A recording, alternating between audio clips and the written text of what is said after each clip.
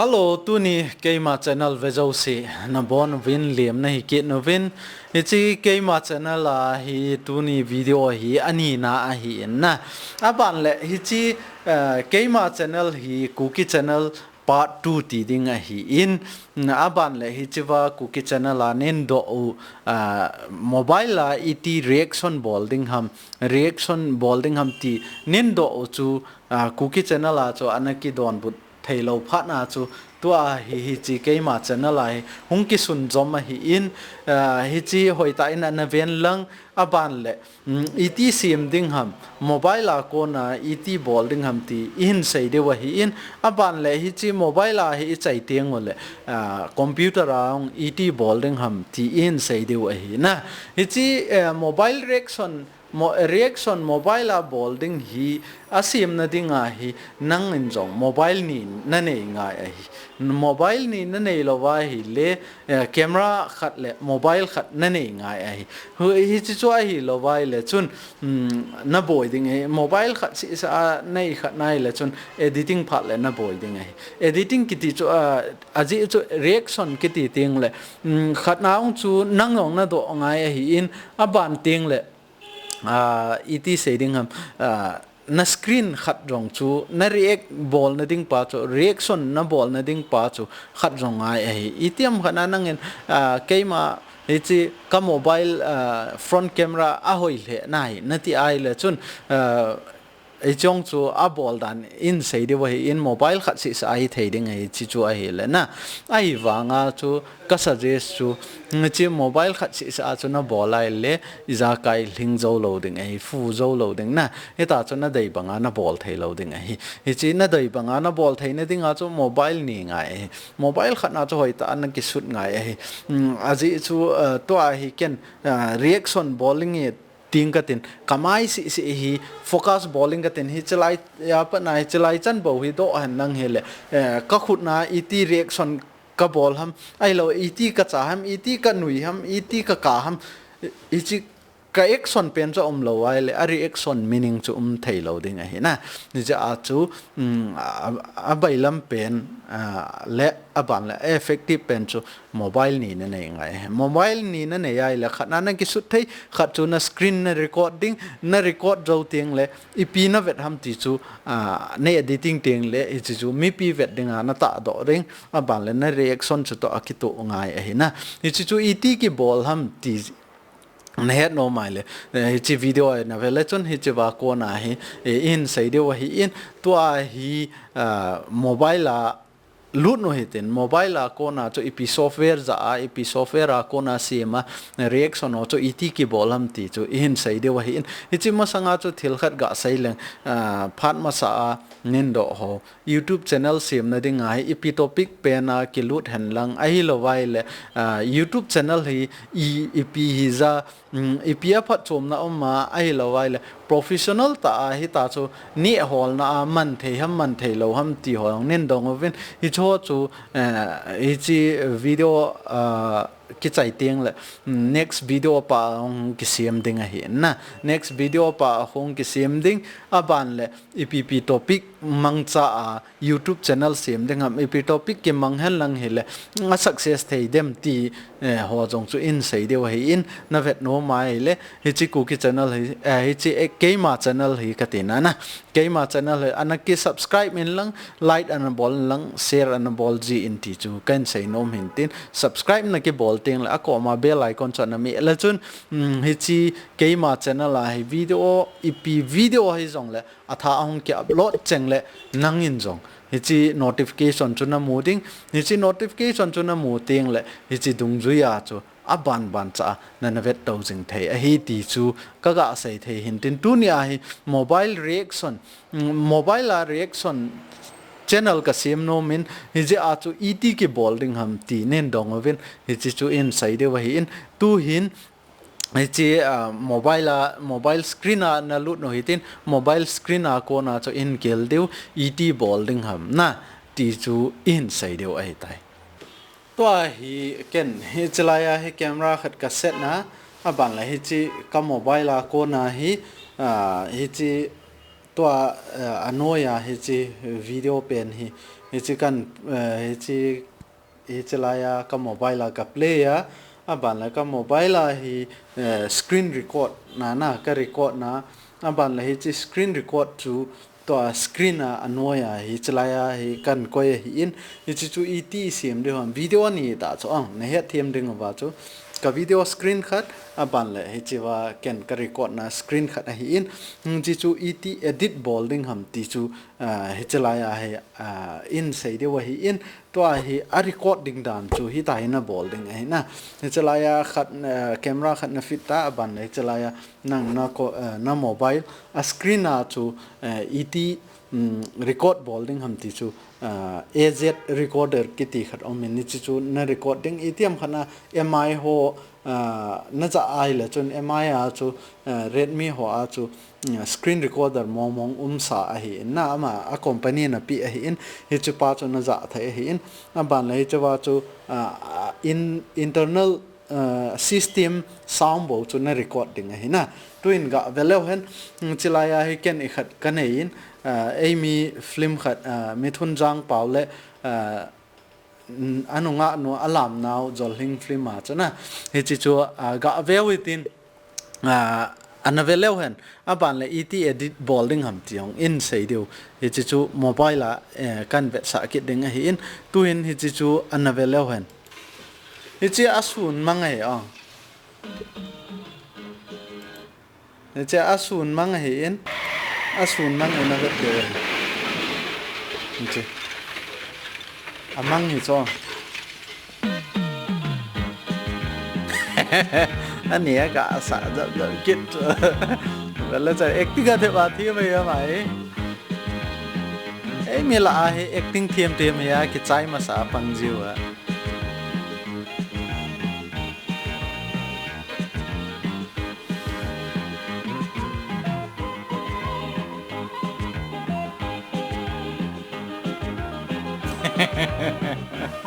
đã kiện để cho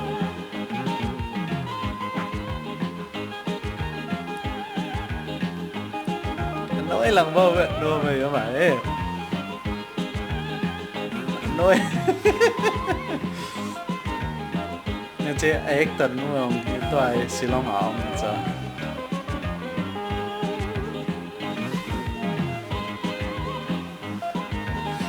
alarm lo hiện music boy Việt đều hệ short vang tới bỏ lâu đều hệ này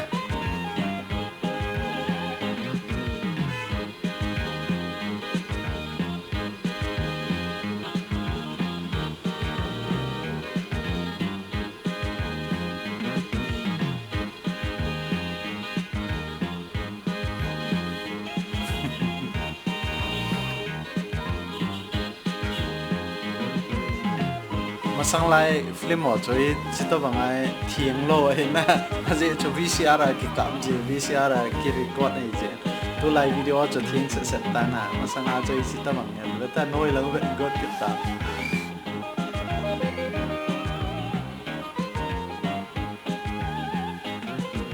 Nằm ở vai là nó radio cái, nó radio cái.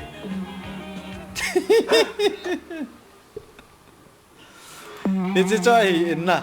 he chi chan chu a hi in to chu ipi na bolding ham te ai le ngi wa na camera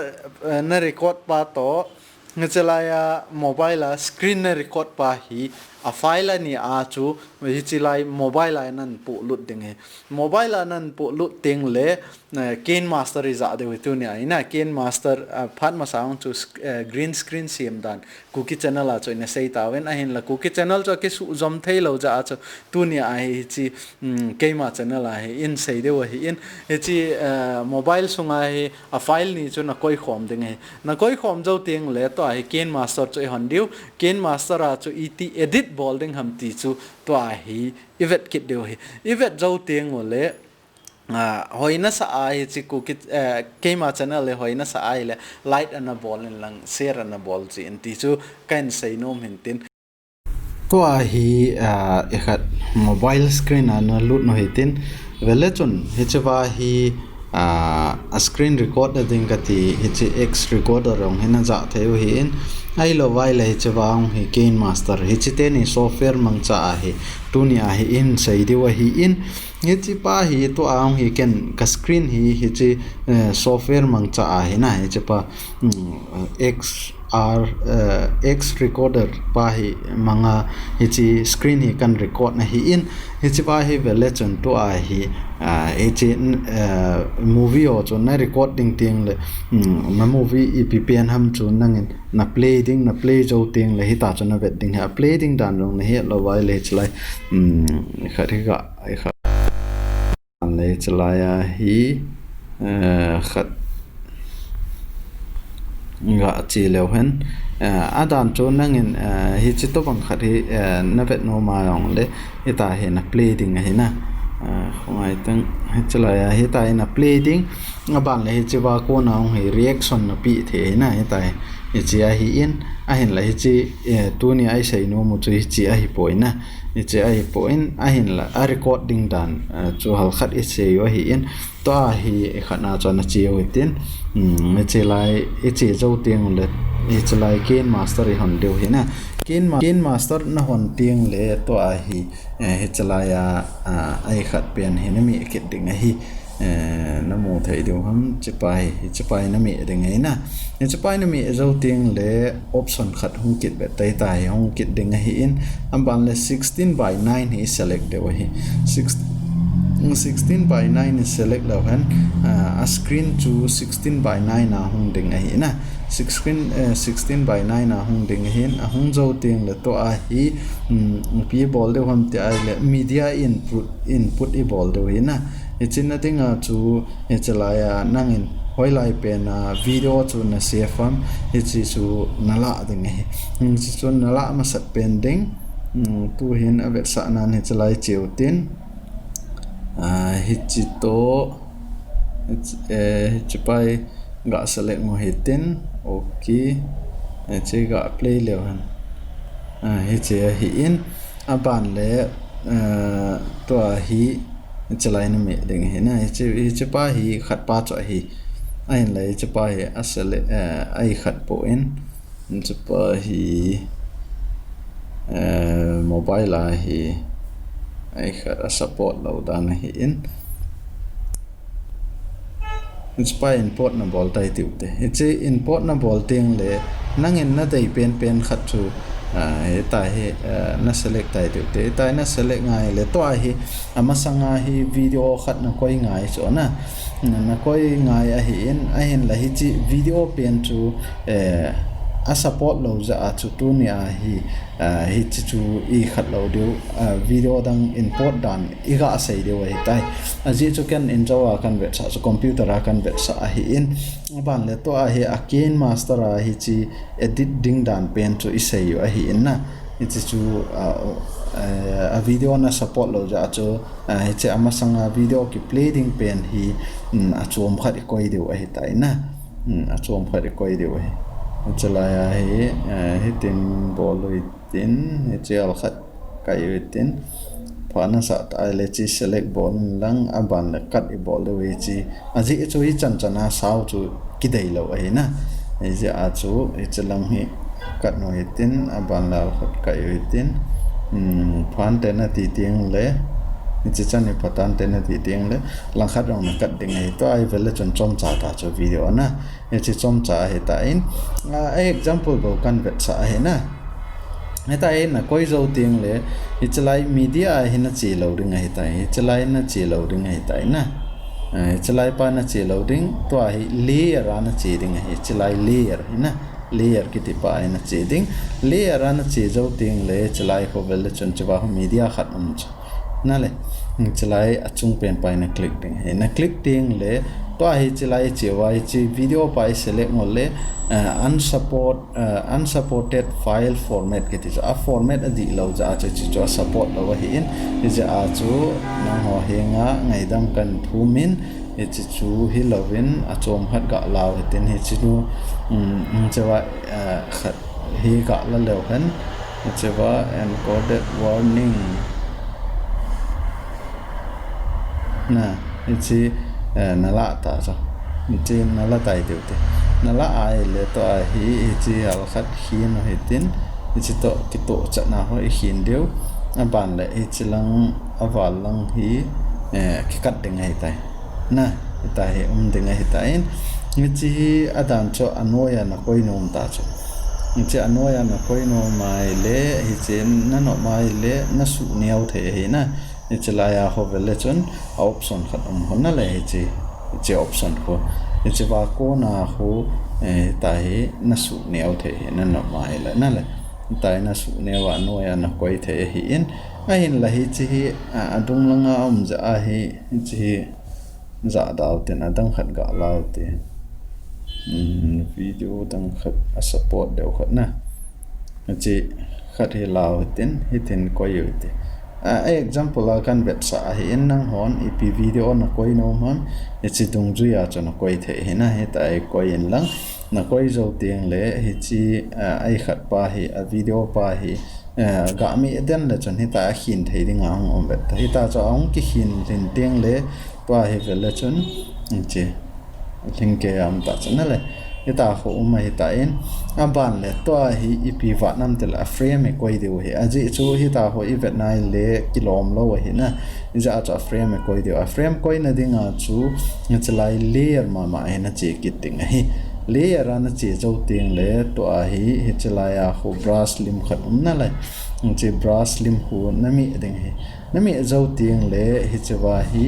chi to bangai box lim khat maintain hi chi box lim na mi tiang le to a hi chlaya frame lim khat khona ni chapa ho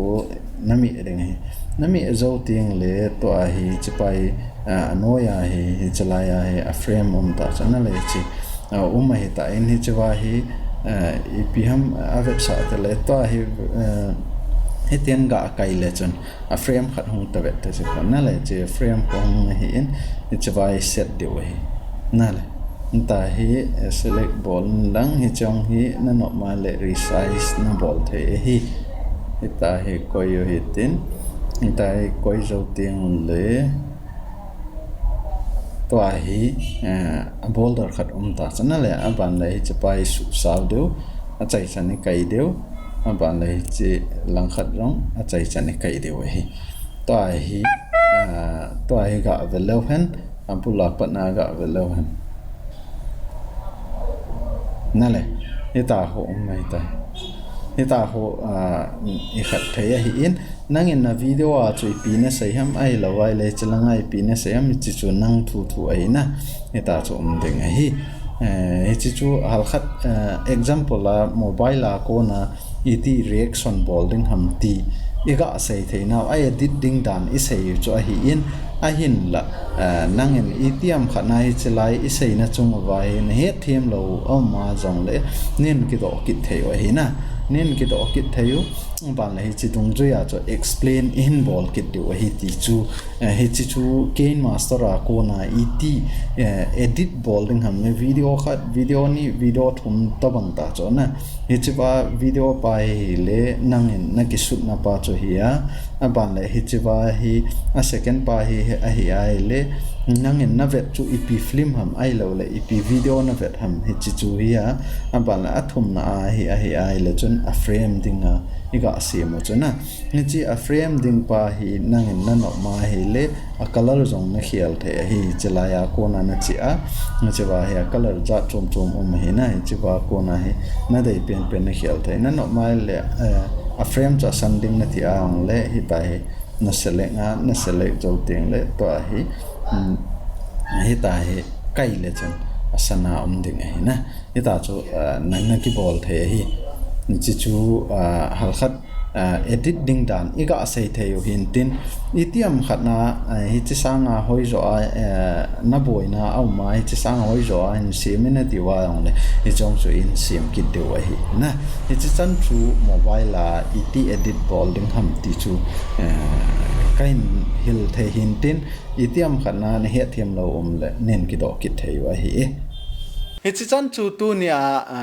mobile rek iti ki bol ham na mobile la iti ki bol ham ti isei hi in akit ting la computer a iti bol ding ham tin vet sa an ka tin heta ha screen si hi lovin epp fit ngai ham ngai lowai le epp su to ngai ham ti chan ge hoi ta nan vet sa win ka tin aban la computer a iti ki edit ham ti yong in sei de we ichi chu computer a cho abaya baya hi mobile hi ting la hal khat ha sa ji ana aji chu screen niaw a hi screen na niaw ja a ho edit le le ha a hi in ai la computer a chu nom ta edit ki bol the hi ti chu tu ni isei theu hi chi chan chu in tin tu ni keima channel vezo si subscribe na ki bol nai lo le subscribe an ki bol bil lang hoina sa ai le thumbs up an bol lang na loi na pai ding au pha na sa la share na bol lang a ko ma bell icon chu me ding hei pang hin aji chu akit teng le video tha ong ki upload jong le hi chi wa ko na chu na mo ding a hi ti chu i ga sai theu hi chan chu tan te ka ki pa ai